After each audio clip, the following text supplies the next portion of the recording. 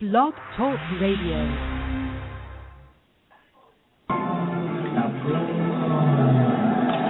In a fantasy football world, taken over by robots, where spreadsheets rule the day and the content is dull, a ragtag band of fantasy football experts comes to you every Wednesday night on Blog Talk Radio. This is the Kick-Ass Fantasy Football Show. Welcome to the Kick-Ass Fantasy Football Show. I'm your host, Brittany Walsh. This is a Wednesday night special show with the fantasy firm on vacation. We have our two fantasy experts from our Sunday ESPN radio show, Fantasy Insider Matt Lowry and the commit Henry Brick. Tonight we're going to cover some news around the NFL, in-depth look at rookies and their fantasy impact, and Thursday night preseason football, all while we take your calls, emails, and your chat room questions. Hello, Matt. How are you tonight? All right, good. We got a bit of an echo going there. Let me tell you, I saw that intro twice, and I have to say, before we go any farther, that is the I was not made aware that was our intro now on the Blog Talk radio shows. Something about robots and boredom. That's actually the professor's intro because he hosted last week while Brittany was on vacation. So he put his little intro in there on the Wednesday night show. That's great. Wow. Okay. Well, I was going to open it up, but, I had a big, long speech prepared to say let's get ready for some football and all, but I have to say, after that opener, I'm just pretty brain dead after that. That is just crazy. And that will be changing, folks. That will not be the intro going forward. But regardless, hey, it's football time. Let's face it. This is the greatest time of the year. And to all of our listeners, are you ready for football? That's right. Yeah, baby. Yeah, here we go. All right. So what do we got going on tonight? What are we talking about? We're going to get into some news about the NFL. So our first topic is Trent Richardson to visit surgeon Dr. James Andrews. What's this about? All right. So we got Trent Richardson. He has that left knee surgery that he had the arthroscopic surgery going on it. What's going on there? Yeah, I mean, what he's getting done is a minor kind of scope.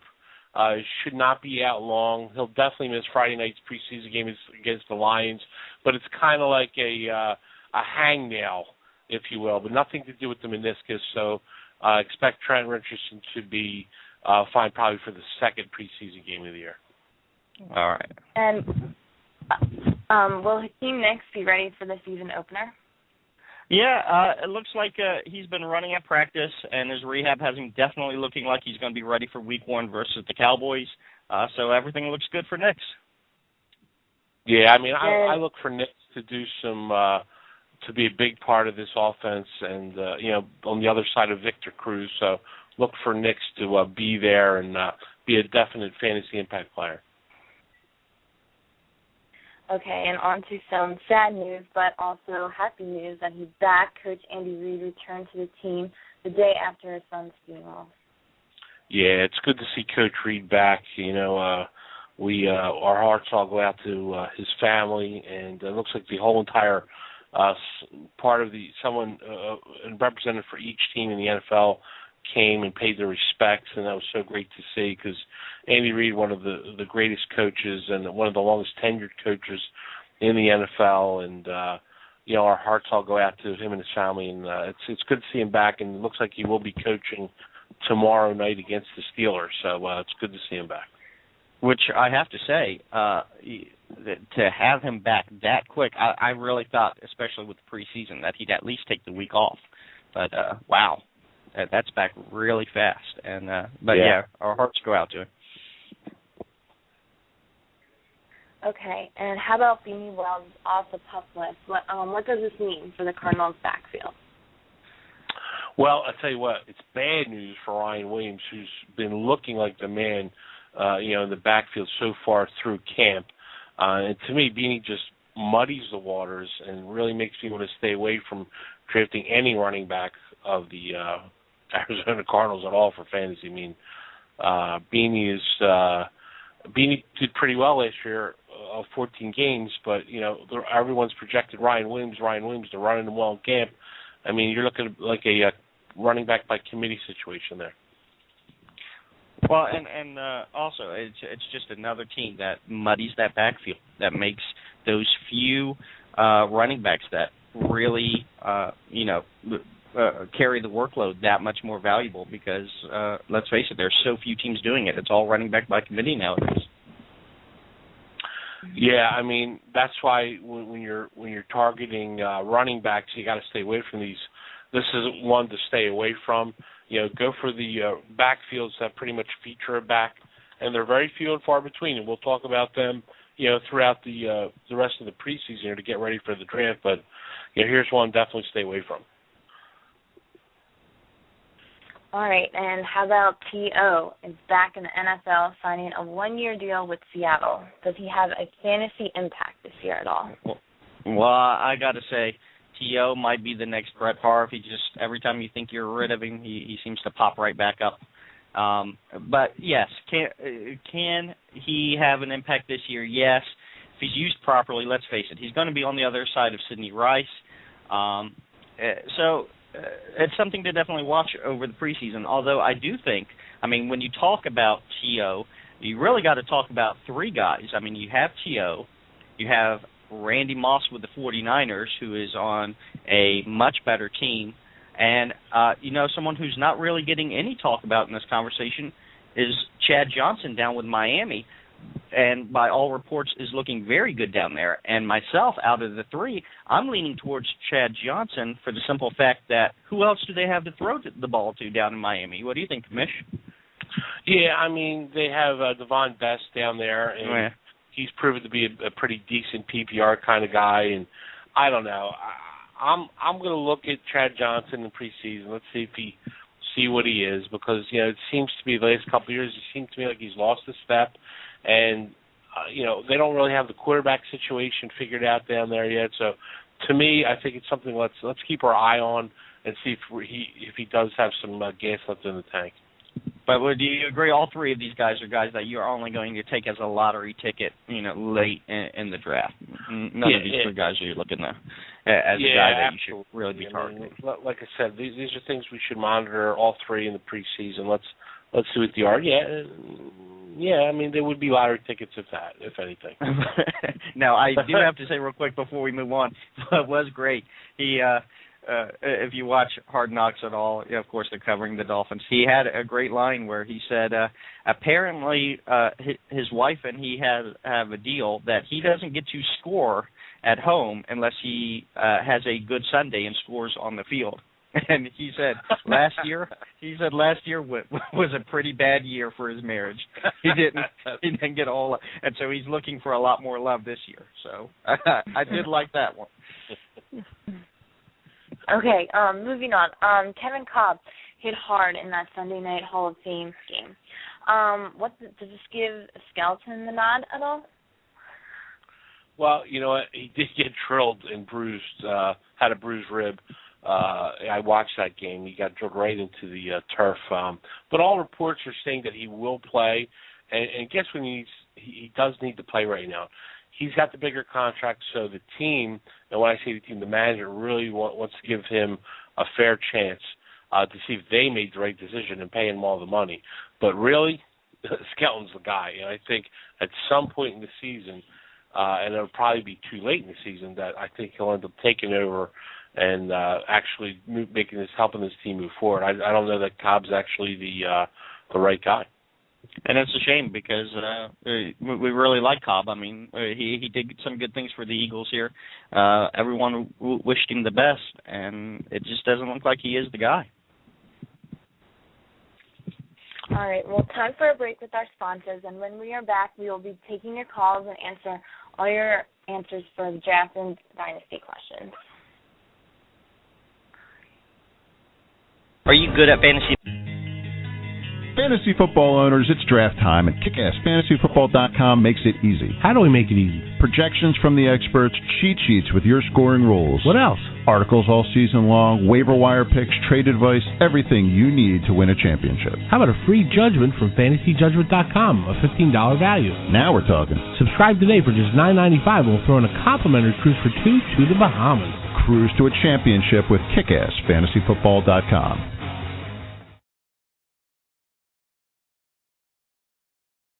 Fantasy football owners, the Kick-Ass Fantasy Football Show is back every Sunday this season with everything you need to cruise into a championship. Join me, the professor, and me, the commish, along with fantasy insider Matt Lowry. Get all your fantasy football news as we break down all the play. Are you good at fantasy football? Are you used to winning your fantasy league? Well, now put your fantasy skills and savvy to the ultimate test by playing against the rest of the world with Fantasy Football Evolution. Fantasy Football Evolution is the first ever worldwide fantasy football competition. The winner gets $25,000. Go to nextgenffe.com to sign up today. The only way to know if you're the best is to play against the best. Fantasy Football Evolution at nextgenffe.com. Don't let your fantasy issues become a reality. Fantasy Judgment is the premier dispute resolution service for all fantasy sports leagues. Led by attorney Michael Stein, the Supreme Court of Fantasy Judgment will resolve any and all issues or conflicts that arise in fantasy leagues. This includes disputed trades, collusion, abuse of power by league commissioners, lineup and roster errors, draft issues, score discrepancies, and interpretation of league rules. We alleviate the burden for league commissioners and allow everyone to focus on winning their leagues rather than arguing over disputes. Visit www.fantasyjudgment.com.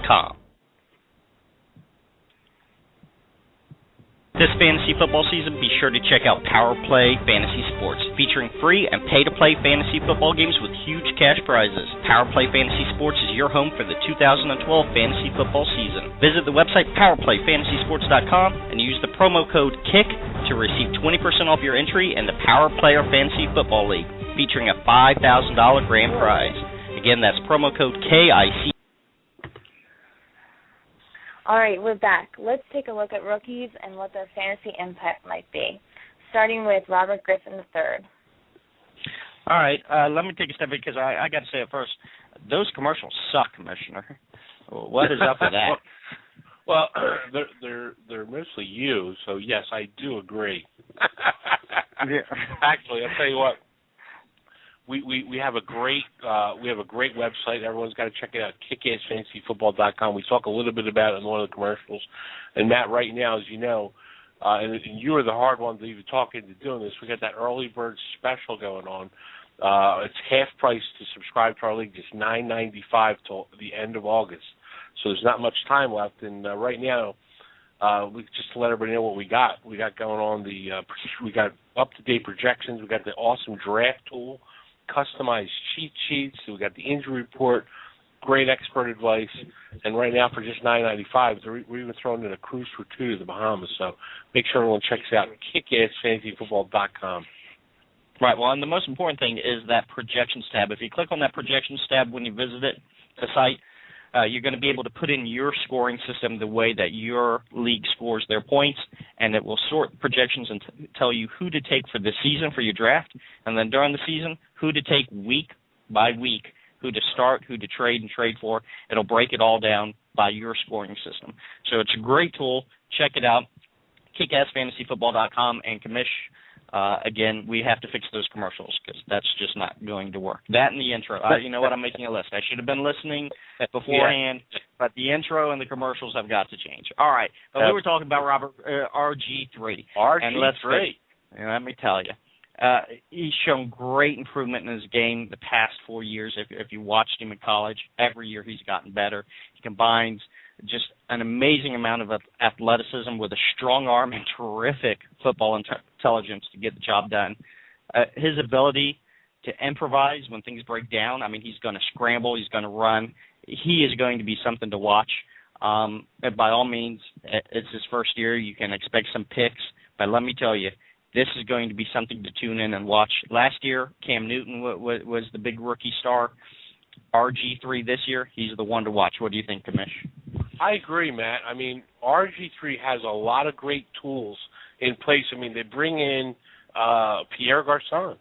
A great target for him. They got the great Fred Davis at tight end, which has been a great target in the past for this team. Santana Moss is still on the team, so I expect the Washington Redskins to actually do some damage this year. I mean, as long as he could put it together, and guess what? I think he can, because he's not only all the things you said, but he's a smart quarterback. I think he picks this offense up quick. I think he runs the offense well, and I think he makes his team look good. He makes Shanahan look good. Okay, moving on to Andrew Luck. Okay, well, with Luck, let's face it, first pick of the draft, and there's a reason for that. There's a reason why Indianapolis let Peyton Manning go. It was because they truly believe this is as close as you can come to a sure thing for the next Peyton Manning. He already knows how to run an NFL offense. He is in a great position going forward, and let's face it, if you're in a keeper league or a dynasty league, he's going to be the guy going forward. But I do think RG3 this year is going to have a better year than Andrew Luck. What do you think, Kamish? You know what? I agree, only because I think RG3 has more weapons. Let's face it, Peyton Manning, is great as he was, as great as I think he still can be this year. He is 36 years old. He's coming off 4 neck surgeries. It was the right move for the Colts. It's a rebuilding year. They did retain Reggie Wayne, which is a plus for Andrew Luck.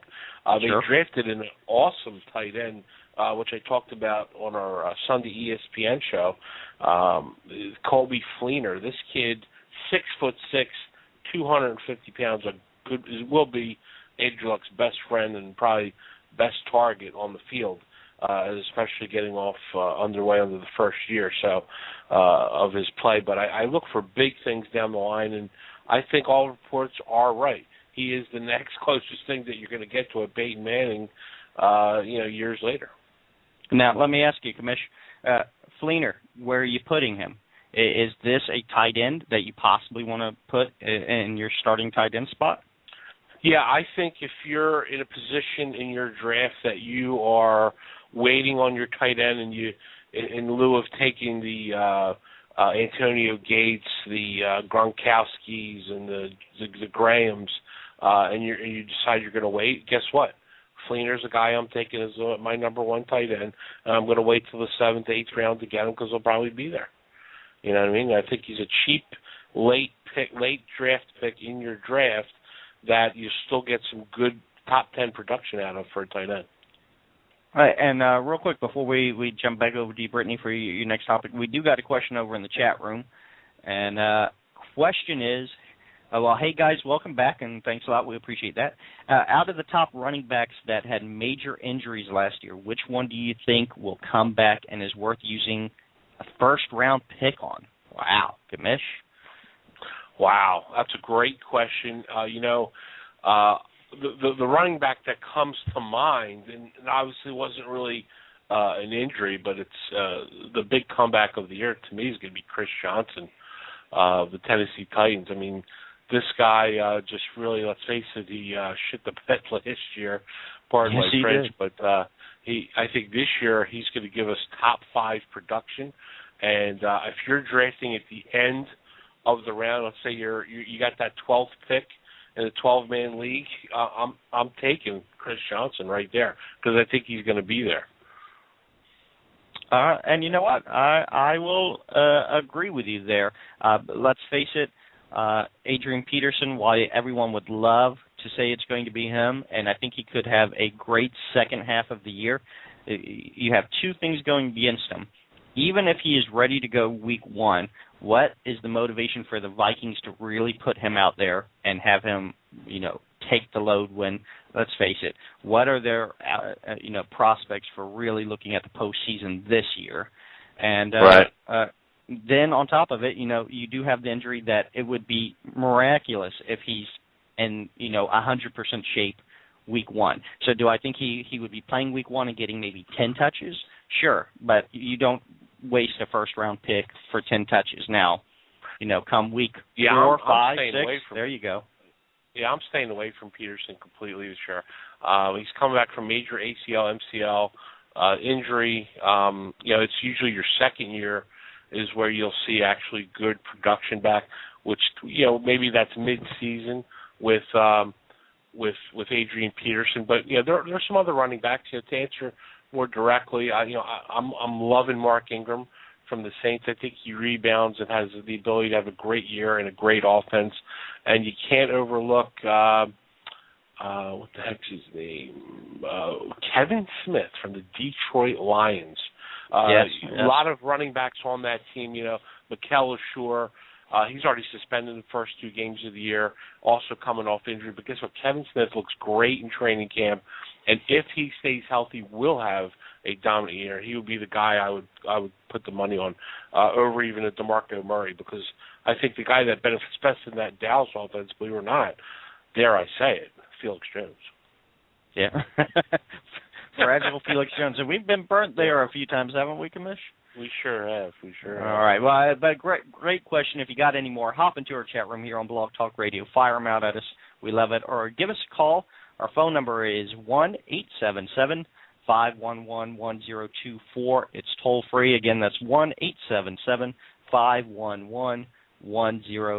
All right, Brittany, what else you got for us? Our next one is Brandon Weeden of Cleveland. Brandon Weeden. Let me tell you, I have some mixed thoughts about this because, let's face it, he appears to be a good, well-built pocket passer.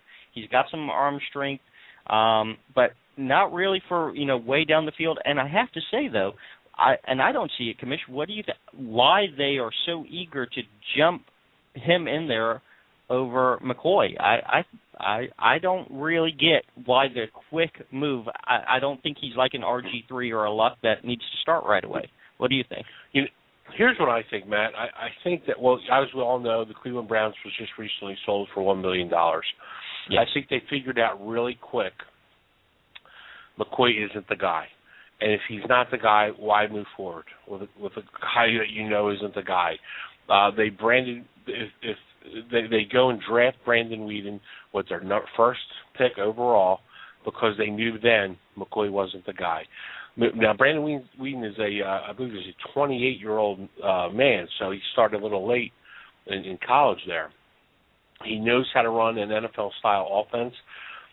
I would say if you just take a look at this team, the Cleveland Browns, it's a rebuilding year.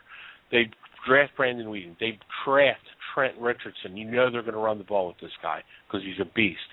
They drafted Brad Smelly, a rookie fullback. They have Josh Gordon. They took in the supplemental draft. This team is chock full of a young core group of guys that I think, along with Greg Little, who I was very high on last year, Mohamed Massakai, Josh Cribbs, these guys all together I think can end up making a solid team in the next couple 2 to 3 years to come. Right, but nothing we talk about this year. I mean, you ain't taking Brandon Weeden in your draft really anywhere, are you? The only way I'm taking Brandon Weeden would be as a number 2 quarterback on and I would look at the matchups when my starting quarterback is off. Sure. If Cleveland has a good matchup and it's a team they're going to have to pass the ball, and that's where I'm drafting Brandon Weeden. Smart. Oh, and real quick, back in our chat room, we didn't talk at all about Jamal Charles. What do you think about him from last year going into this? Well, I've always been a big Jamal Charles fan. Okay, I think I've made that pretty clear if you look back at our past shows. However, he had a pretty significant injury. Yes, he was injured early. That it's possible that the guy could give us good production. But the only problem I have is they brought in Peyton Hillis. So it's very possible he's going to be splitting time with Peyton Hillis. So you went from a guy that it was the show to now you're splitting time. So I think if you're splitting time with Hillis, you're not going to be able to put up the fantasy production of having that breakout year that I think that the chat room guy was asking for. So. All right. Okay, next one. Ryan Tannehill, Miami. All right. Now, I have to give a little love to him for the simple fact that our website designer, the man who Jeff Francis, who put it all together and keeps the website going, again, and check it out, kickassfantasyfootball.com. He's done some great work there with making it where the commission and all the guys at Kick-Ass Fantasy Football can put their projections in and give you really the best fantasy football information all season long. But he is a huge Miami fan, and he has basically said that since, Dan Marino, he has not had much to be happy about. And obviously they think he is the guy going forward, that Ryan's going to be the man. And I have to say that I agree. Everything that I've seen, he looks like he's picking things up quickly. They're raving about him down there in Miami, and let's face it, who he's going up against, again with Matt Moore and Gerard. Matt Moore is a great backup quarterback. I would argue one of the best backup quarterbacks in the NFL, but he is a backup quarterback. He is not at that level of a starting quarterback. And Gerard, he's having trouble even picking up the speed and the tempo that they're wanting to go. I think Tannehill becomes the quarterback by the sixth game. What do you think, Professor? Commish? Okay, apparently the commission doesn't have a response for me on that one. So who else do we got? We have Russell Wilson of Seattle. All right. Russell Wilson, let's say, he is a gifted athlete who displayed solid improvement, and the quarterback past 3 seasons, his success at the next level is going to be determined by his ability to quickly pick up and play with the NFL passing system. Haven't seen it yet. Got to wait and see it before we're ready to jump on anything. But, who knows? Definitely nothing to pay attention to this season. All right. And, Commish, you back with us? I am back. We had a little technical glitch there. You pass out there? A little too much to drink? I wish. All right. What do we got next? We're talking about Ryan Tannehill. Yeah, just real quick. I agree with everything you said there, Matt. Ryan Tannehill is a guy they brought in to be the guy. Let's face it, David Garrard, his time has come and gone. Matt Moore is a decent number 2 quarterback. I think Ryan Tannehill, you may see him by the end of preseason be the guy. It depends on how hard he's going to work and put the right amount of time in to get the controls of this offense. But I think we may see him emerge. But a guy definitely to stay away from as far as drafting at this point. All right, we're going to move on to running backs, and starting off with Trent Richardson from Cleveland. A beast. Is there really anything to say other than that, Commish? Love Trent Richardson. I have him as a number 1 running back, top 5 production this season. I think they're going to be all about running that ball, and he's going to be putting up some dynamite fantasy numbers. We have him pretty high on our projections list. Please check that out at kickassfantasyfootball.com. We got all our projections. They've been updated to get you ready for your draft, and we love Trent Richardson. So make sure. Where do you think you can get Trent at? Where do you think he would go right now? What place would you grab him? You know what? If I'm drafting in those middle rounds, 6th, 7th, or 8th, I think Trent Richardson's there, and he's definitely a guy to go after. All right. All right, and our next one is Doug Martin, Tampa Bay. Doug Martin, Tampa Bay. Well, let's face it. He's a. I'll throw this one to you, Commish. What do you think of Doug Martin? Well, we talked about him on Sunday. The professor loves Doug Martin. We look for him to overtake LeGarrette Blount as the main running back there. LeGarrette Blount, all he's been known is for his dancing in the backfield. Doug Martin was drafted number 1 to at first to be the first and second down back. Well, guess what? He's already shown in camp that he can be the third down back and the goal line back. So I think at this point, Blunt's just going to be the only way he gets in there is an injury. So look for Doug Martin to be a guy to be the main ball carrier, and definitely a guy you should be looking for to pick up in your draft. And when I say looking for it, guess what? I think he's a first round pick. A guy, I don't know that he slips to the second round. If he does, pick him up because he'll definitely make a huge fantasy impact for your team this year. All right, and before we move on, we have another question in the chat room for you guys. And all right, our listener wants to know, which position do you think will have the best depth in most fantasy drafts this year? Which position? Wow. Most depth. Guess what? The most depth I think this year is going to be quarterback, Matt.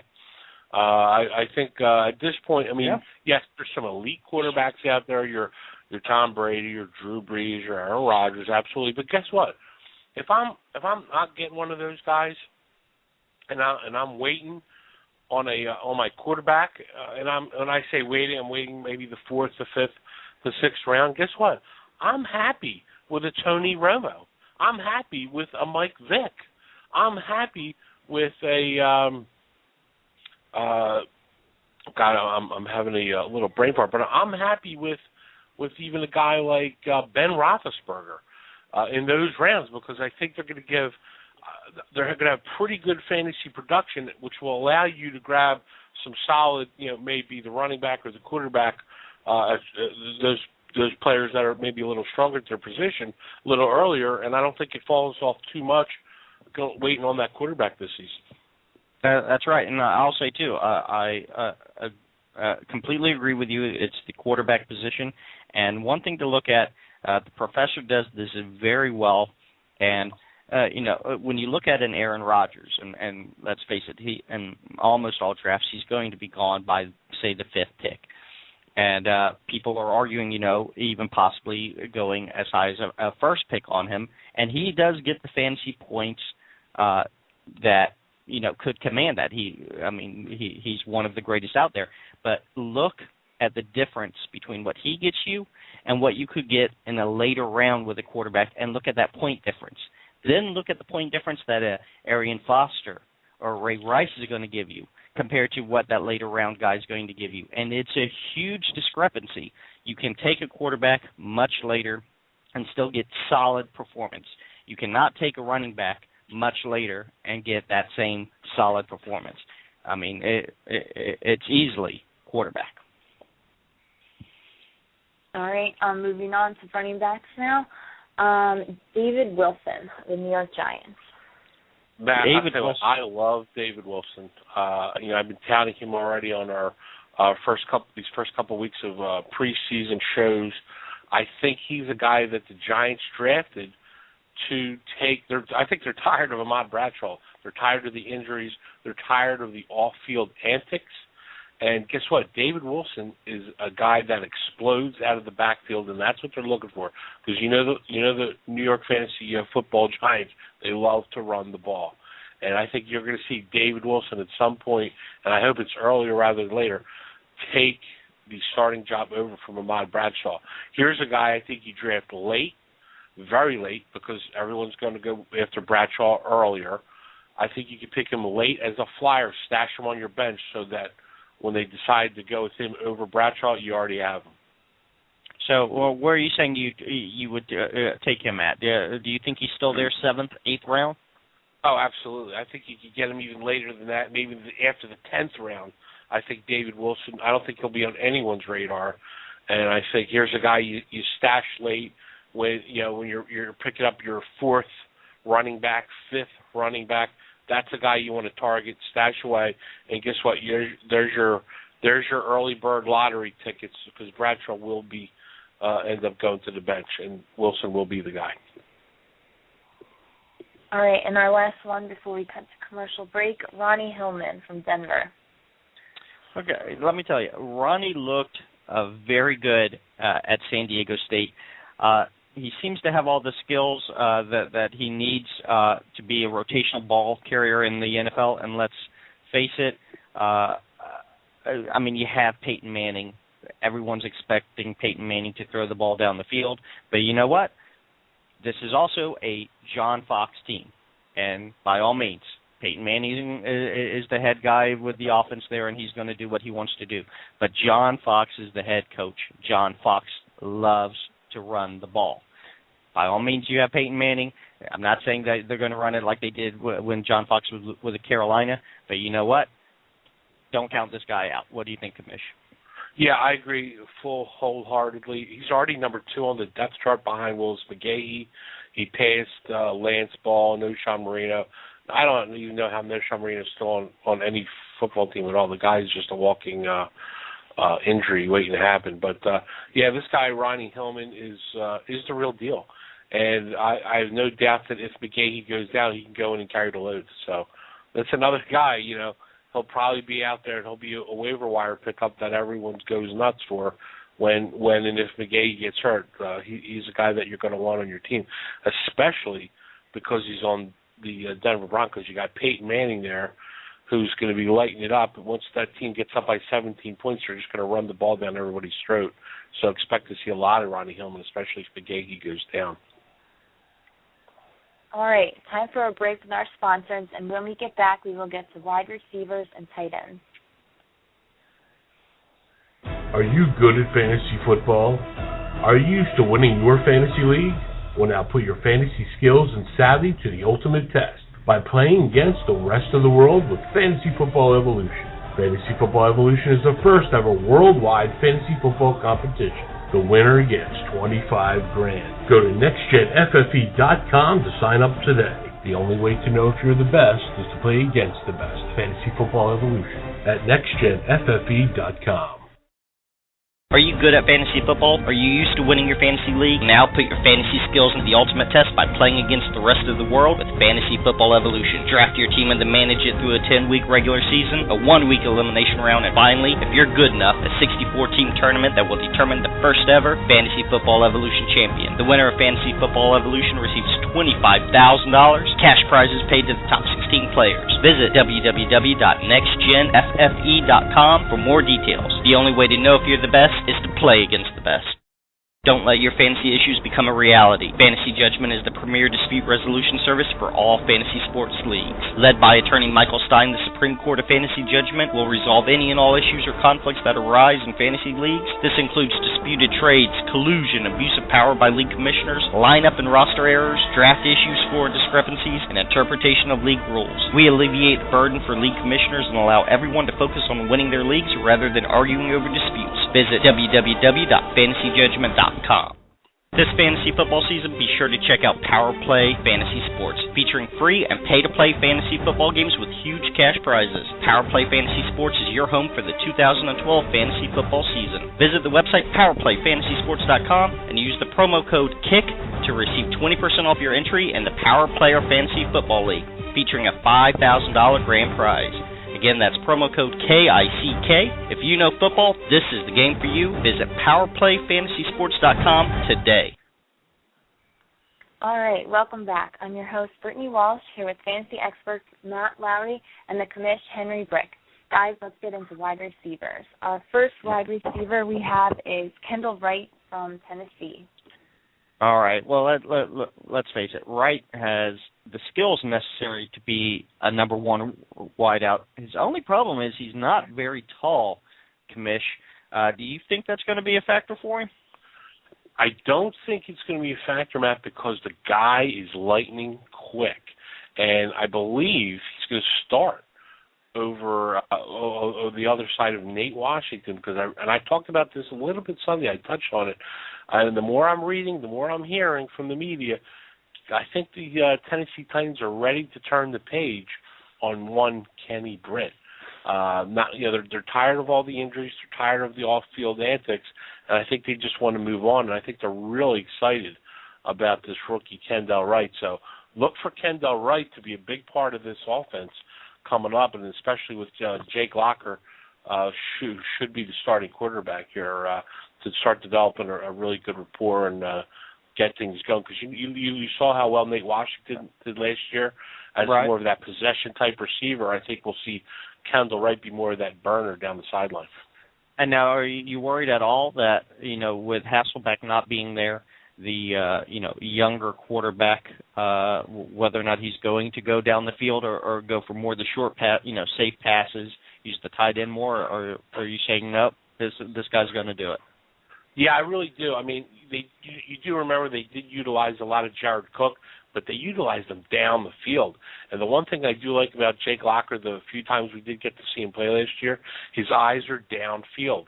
He's not looking to dump that pass off to the short yardage back, or the guy just dipping out of the backfield. He's always looking downfield, and he's going through his progressions really well. Here's a guy you definitely want to consider, actually, Matt, as a number 2 quarterback on your fantasy team. I really like this Jake Locker, especially if Kendall Ray comes on, like I think he will, because I love Nate Washington on the other side. Chris Johnson, I think, returns to form this season, and Jared Cook is an all-pro tight end waiting to happen. I think you have the makings of a pretty decent, not only football team, but a good fantasy football team here. All right, moving on to Michael Floyd for the Arizona Cardinals. Okay. Well, I know a lot about Floyd because, let's face it, he played for Notre Dame. He was a big part of their offense. And unfortunately, I am married into a family named McLaughlin, so you can just guess what they think about Notre Dame. The Irish is just, it is every week. When they win, they're the best team in football. When they lose, it's only because the other team got up for the best team in football. And so I've had to watch an awful lot of Michael Floyd. And I have to say, he is pretty damn good, Commish. But he is on a team with arguably the best, if not in the top 3 best wide receivers in the NFL. Yeah, Matt. How many looks and touches is he going to get? You're talking about Larry Fitzgerald, who obviously is one of the top 3 best wide receivers that's out there this season. Well, guess what? Michael Floyd was drafted to go on the other side of him. Early on, you saw Larry Fitzgerald call him out about his work ethic. And guess what? He seemed to come to play. So at this moment, they have number 4 on the depth chart. I see him moving up to the number 2 on the depth chart by the first game of the year, as long as he keeps that work ethic up and turns on. And I think having Fitzgerald on the other side actually helps him, because obviously all the double coverage will go to Larry Fitzgerald's side, which will leave Michael Floyd open with a lot of one-on-one plays, similar to last year, if you remember, Julio Jones with the Atlanta Falcons. Sure. Everything went to Roddy White. It left Julio Jones to be the burner down the sideline and really rip into that secondary. So I look forward to seeing Floyd do the same thing this season on the Arizona Cardinals. So you think Floyd could? I'm not saying you're saying he will, but you're saying he could have a breakout season like Julio Jones did. Absolutely. I mean, I feel a lot better about. Yeah, it is. I mean, I feel a lot better with John Skelton at quarterback than I do Kevin Cobb. Obviously, if Kevin Cobb does win the position, he's doing something right. And even with the poor quarterback play they had last season, look how many yards Larry Fitzgerald put up. So guess what? Yes, if Michael Floyd keeps the work ethic up, make sure he gets the playbook down, he can be a burner and could be this year's Julio Jones. Okay, our next one is Brian Quick. Okay. Brian Quick, he's more of an underneath receiver, but with that being said, I can think of another, underneath receiver, Wes Welker, who puts up some pretty incredible fantasy points. But I ain't seen that out of Brian Quick. I don't see that out of St. Louis. What do you think, Commish?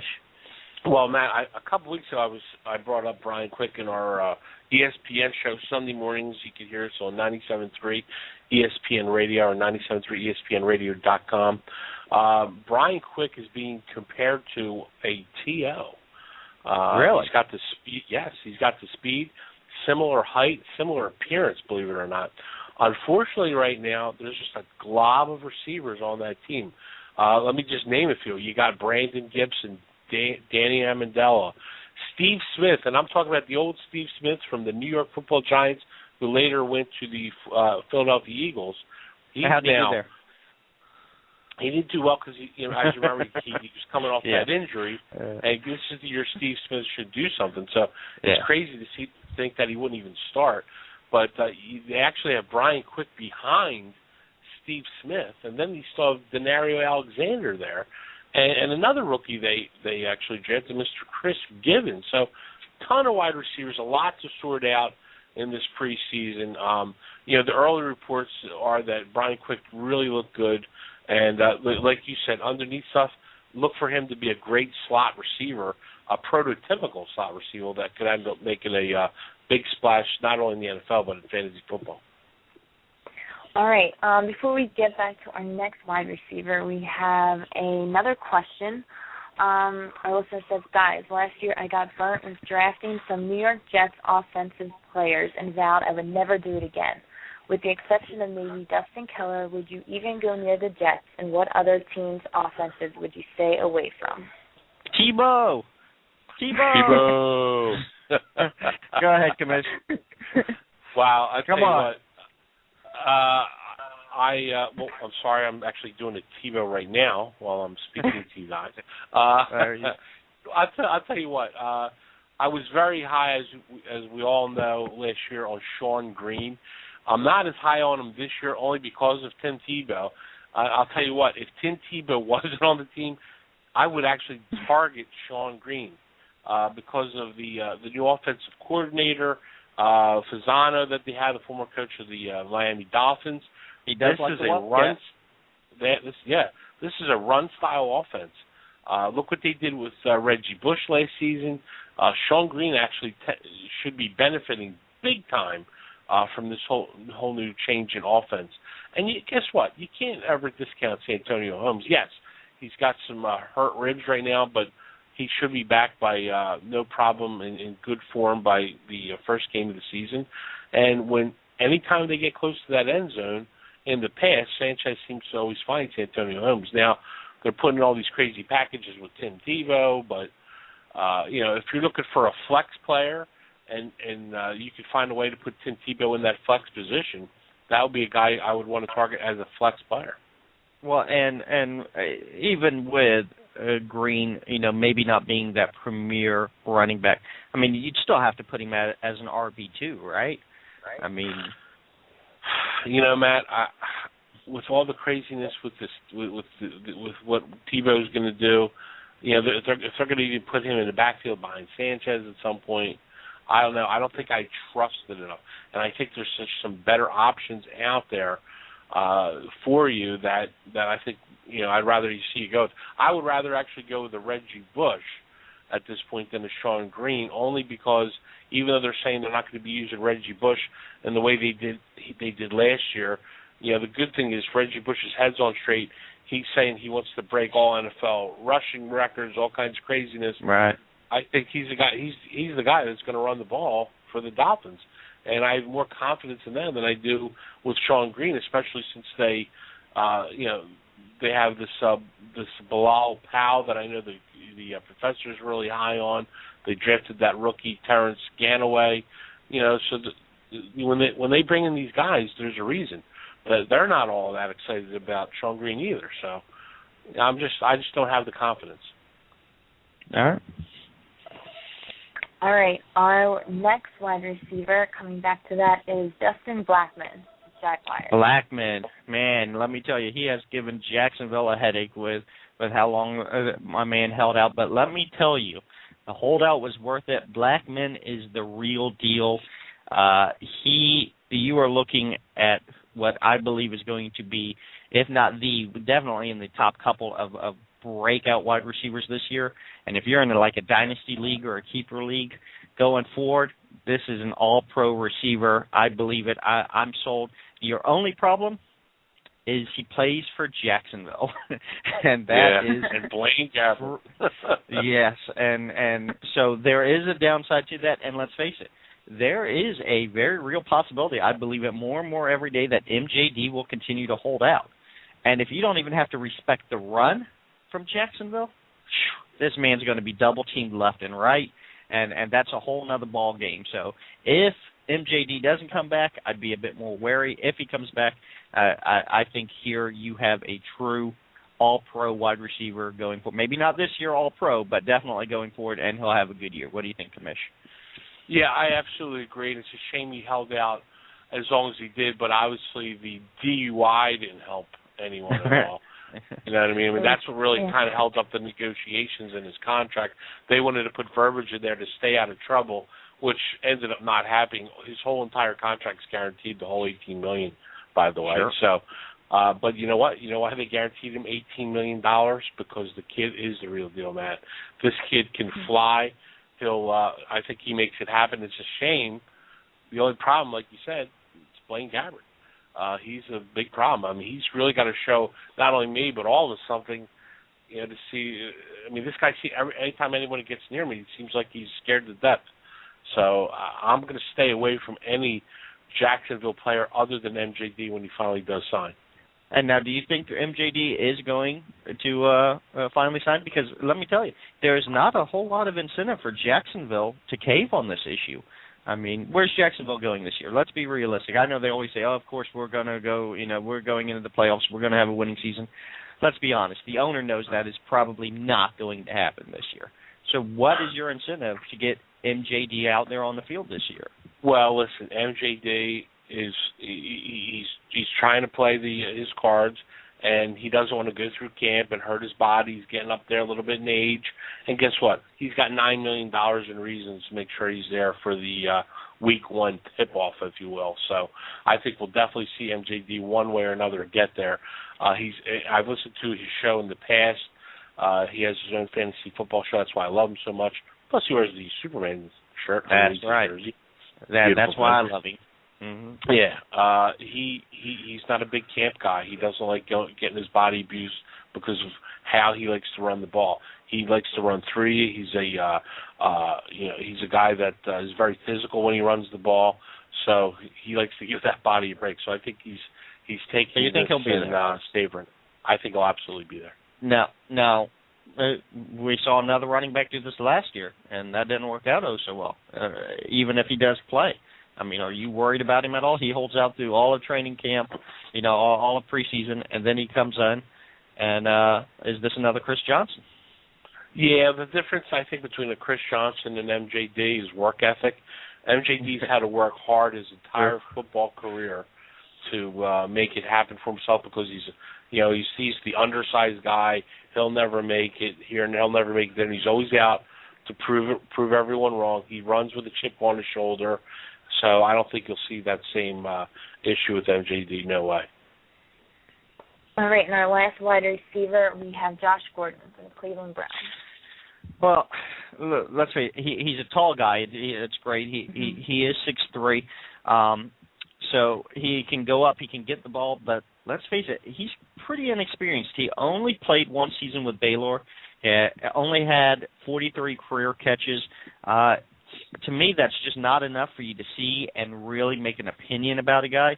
And while we talked about Brandon Weeden is going to be the quarterback there, so you have a new quarterback and a new wide receiver who really is pretty inexperienced. That's just too much, unknown for my blood. I'd have to wait and see. What do you think, Kamish? Yeah, I mean, if you remember, Josh Gordon was the player they took in that supplemental draft. The Browns were very high on this guy. I think he can end up possibly being their number 3 wide receiver on the team, and then, barring injury, he can end up moving himself into a number 1 or number 2 spot. I mean, I love Greg Little. I loved him last year. I think with Brandon Weeden, I think he'll actually develop and be better, and I think it can end up being a Greg Little, Josh Gordon 1 and 2 wide receiver. And real quick before we get into the next part, little throw out there in the chat room, and I like that. They need MJD maybe to sell tickets, and I guess that is very true because if MJD is not on the field, how many people are going to go see that game? So I think that is a great point. Mm-hmm. Okay, we're moving on right now to tight ends with Coby Fleener from Indianapolis. Yeah, let's face it, Fleener, we talked about him. I agree with you, Commish. I think he is going to be a big beneficiary of having Luck there. And let's face it, new quarterbacks like throwing to the tight end. It's the safe play. It's the safe check down. I think he's going to have a great year. I do too. I love Coby Fleener. He's a tight end. I think everyone should draft. If you're going to wait on a tight end and you're going to wait late, he's a guy that's going to end up being Luck's best friend. And just, I know I'm skipping ahead a little, but they also drafted Dwayne Allen, another very talented tight end. It seems to me everybody's looking at Belichick and what he's doing with all these tight ends and just going for it. So I think they drafted two very talented tight ends. Fleener's definitely the one that sticks out more just because he's 6'6". So yes, the Colts definitely did a good job in this draft with getting two of the most not only talented tight ends, but probably the two best tight ends coming out of the draft. Right, and I have to say too, as you said with Allen, having two tight ends no longer means that you're muddying anything up. I mean, Belichick showed you can have two tight ends and just rip teams apart if you use them the right way. And in fact, how many tight ends is he up to now? I believe he's running an offense with 6. You're going to come out and see, instead of 4 wide receiver package, it's going to be a 4 tight end package, and that's just sick. Well, what do you do against something like that? I mean, is there any way to even cover that? That's just insane what Belichick's doing over there. But it's awesome for fantasy. I mean, you got Gronkowski, you got Hernandez, but of course this year was Shank, when it was a Turley, I believe, the rookie that they drafted. I mean, they brought in the Jake Ballard. I mean, I think it's up to 7 or 8 tight ends on that team's insane. And, Commissioner, we only have a couple of minutes before our time's up, and the show's going to be winding down. So I had to throw this out there real quick. I should have probably fitted in more in the running backs, but Arian Foster right now going number 1 pretty much everywhere over Ray Rice and all. And I have to just throw this out. This was I couldn't believe this when I heard this. Jacoby Jones, who played last year with Houston, came out and made a statement about Arian Foster, and it was one of the greatest things I've ever heard in my life. He says, and for those who don't know, Jacoby Jones set the record with the Houston Texans with the longest reception for a touchdown and for their team, 80 yards.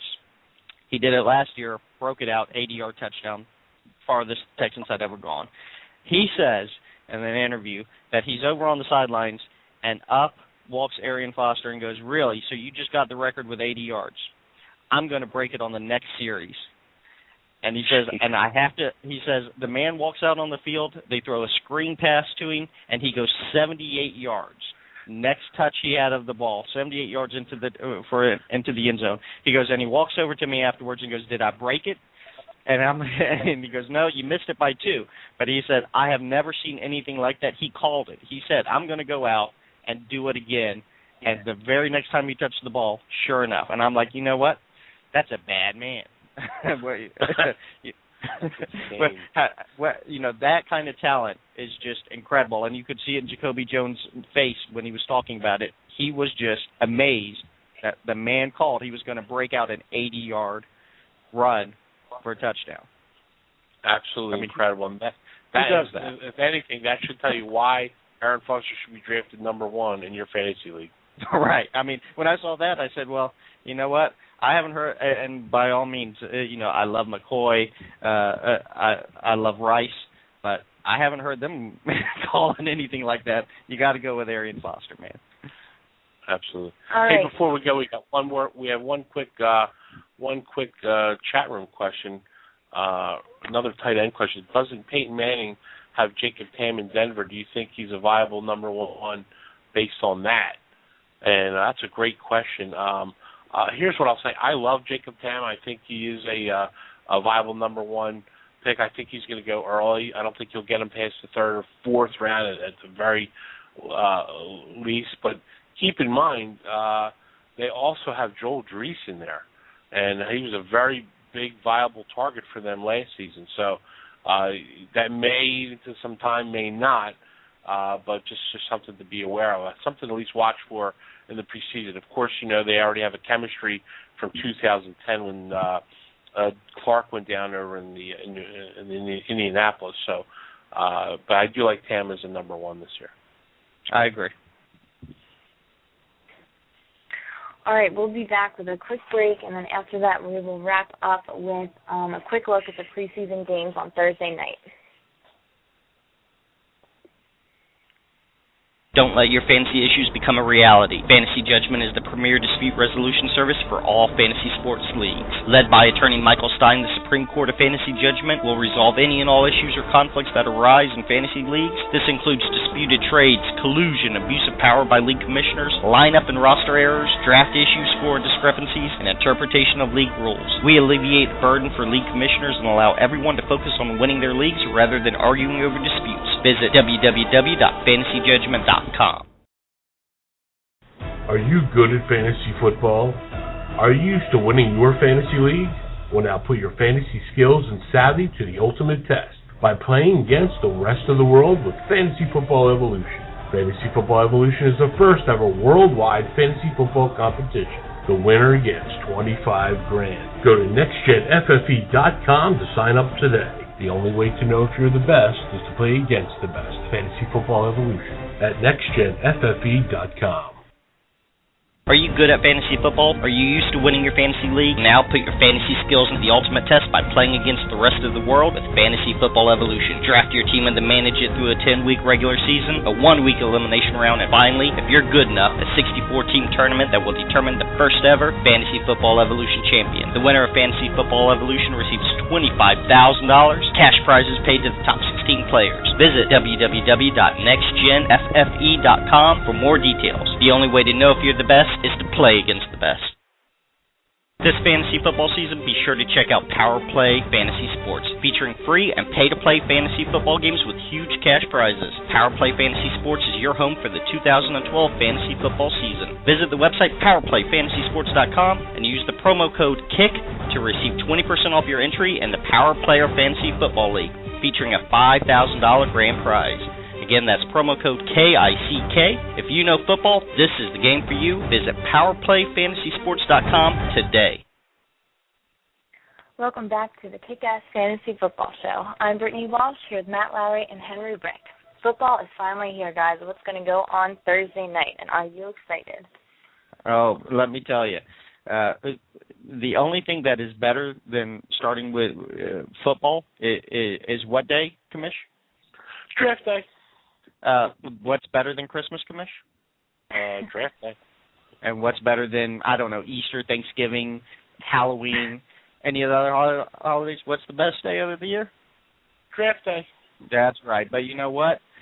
Close behind that is when we actually finally get to see the players going up against some of the other teams out there and not doing just a little walkthroughs. True, first preseason game, you're only going to see a series or so out of your starters, and then you're going to see, the other guys who are vying for a spot. But that doesn't mean you can't learn some stuff. And we start off with, Washington, Buffalo. Get to actually see RG3 make his appearance. What do you think we're going to see out of that, Commish? I think we're going to see, probably see a couple series out of RG3. I like to see him move around a little bit in the pocket. I want to see how long if he's patient enough before he likes to take off and run, because at Baylor he did like to run the ball quite a bit. So I like to see him getting the ball in the hands of Pierre Garçon and Fred Davis. And guys, Chris Cooley will be featured at fullback, so that's going to be fun to watch too. All right, and then we got Baltimore and Atlanta. We got Matt Ryan going up against Flacco, and let me tell you, a lot of people are talking some good stuff about Flacco this year.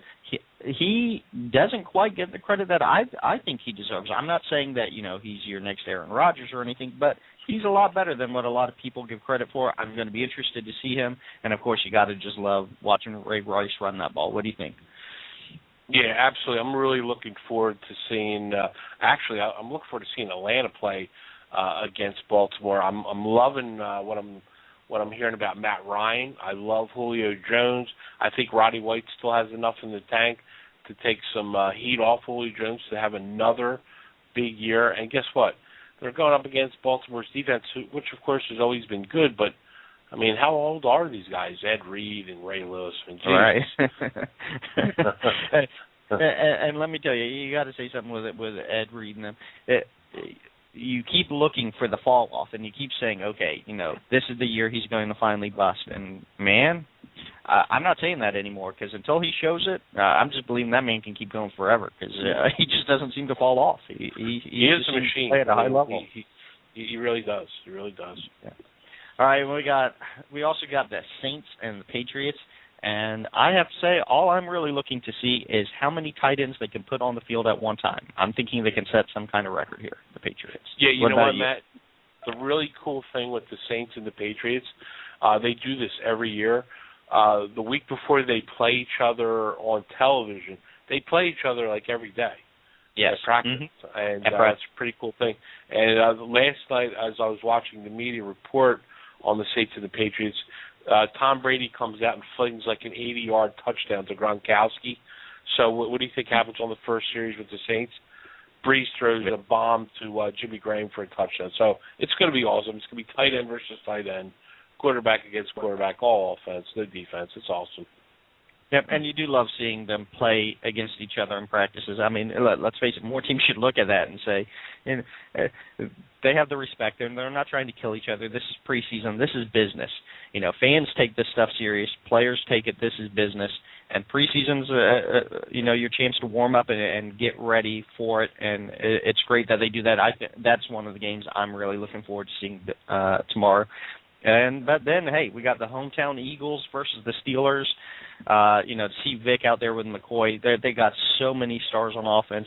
For me, the biggest thing is I want to see how that defense does. Are they going to be firing on all cylinders like they're going to need to for the Eagles to move into the postseason? Yeah, I mean, I'm really excited to see this team play too. I think the professor said it best Sunday. What we expected last year is, I think, what we're going to see this year. So I'm really excited about their chances of playing. Of course, the Steelers are going to be without Mike Wallace, and that's tough. But they will have Big Ben's torn rotator cuff. So sorry about their luck there. And and then we got Denver and Chicago, and let's face it, what I'm really wanting to see is I want to see Chicago, and they're running. No, everyone wants to see Peyton Manning. Everyone wants to see him throw the deep ball. Everyone wants to see him in that hurry-up offense. Everyone wants to see him be the Peyton Manning of old. And I, for one, hope that he is Peyton Manning of old, because let's face it, the guy, whether you liked Indianapolis or not, he was a class act through the whole thing, and he's a class act still. And he's just watching him. You are watching one of the greatest quarterbacks in history, and I just hope his time isn't over yet. But Matt, not only a Hall of Famer, a future Hall of Famer, but a future fantasy Hall of Famer, one Peyton Manning. And the thing, I'll tell you what I'm going to be watching for, I want to see him get hit. And I want to see him get up, brush himself off, and go back to the huddle and throw a deep ball. That's what I'm looking to do. Because now if I can see that, now I'm going to feel a lot more confident about taking him as my number one quarterback. And now let me ask you, let's just say that's what you see. There's nothing that turns you off when you see the preseason game. He seems to be throwing the ball around well. He takes a hit or two, seems to be doing well. Where are you putting Peyton Manning? Where do you take Peyton Manning in your draft? Well, guess what? I think Peyton Manning is someone you can wait for to the third or fourth round this season. Obviously, if he lights it up in preseason, that may change. But as of right this second, I think that's a quarterback you can wait to the third or fourth round. Like I said, a lot of depth at quarterback. I'm waiting for the third or fourth round at this point for him, and if he's there, I'm taking him. I think that's a guy who's going to end up putting up some big numbers. He's never thrown less than, I believe, 27 touchdowns in a season, something like that. So on his worst year, he's thrown 27. I mean, come on. That's a guy you're guaranteed to get some big fantasy numbers out of. So definitely someone you should think about targeting in your up-and-coming draft. And I completely agree with you. If he is there in the third round, I'd take that lottery ticket at that position all day, every day, and twice on Sunday. Yep. Well, right, Brittany, guys, this is your first night hosting with us here on the Kick-Ass Fantasy Football Show. How do you think? What do you think? Did you have some fun with us? I did. I was very nervous, though. Listen, But I had we're glad fun. to have It was fun.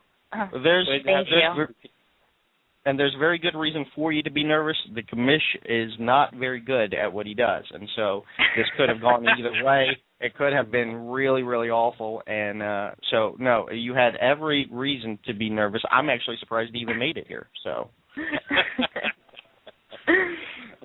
All right, well, I'll wrap things up by saying that's our show tonight. Thank you guys, our fantasy insider, Matt Lowry, and the commish, Henry Brick, and for being a part of this Wednesday night special and dealing with me as a newbie. And I will be hopefully back with Fantasy Phenom JB next week at our regularly scheduled time, 9 o'clock, right here on Blog Talk Radio. Good night, everyone. Good night.